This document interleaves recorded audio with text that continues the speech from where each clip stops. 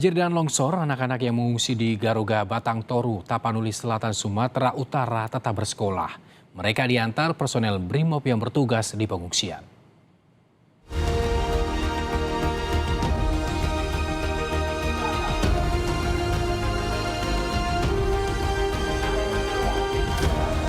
Di tengah sulitnya kondisi pasca banjir dan longsor di Batang Toru, Tapanuli Selatan, anak-anak usia sekolah di wilayah terdampak tetap bersemangat mengikuti proses belajar mengajar.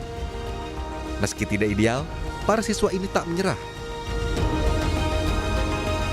Sejak pukul 6 pagi mereka sudah tampak bersiap di pinggir jalan. Mereka kemudian menumpang mobil milik BRIMOB yang bertugas berjaga di pengungsian. Para siswa ini diantar hingga ke sekolah masing-masing.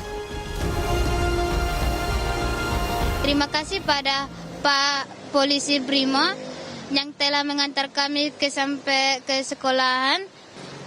Kami itu merasa sedih karena kena bencana yang sangat parah.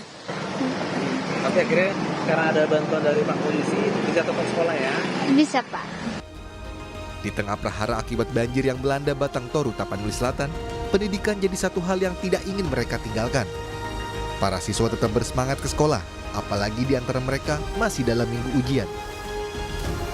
Jonah Hamonangan, Kompas TV, Tapanuli Selatan.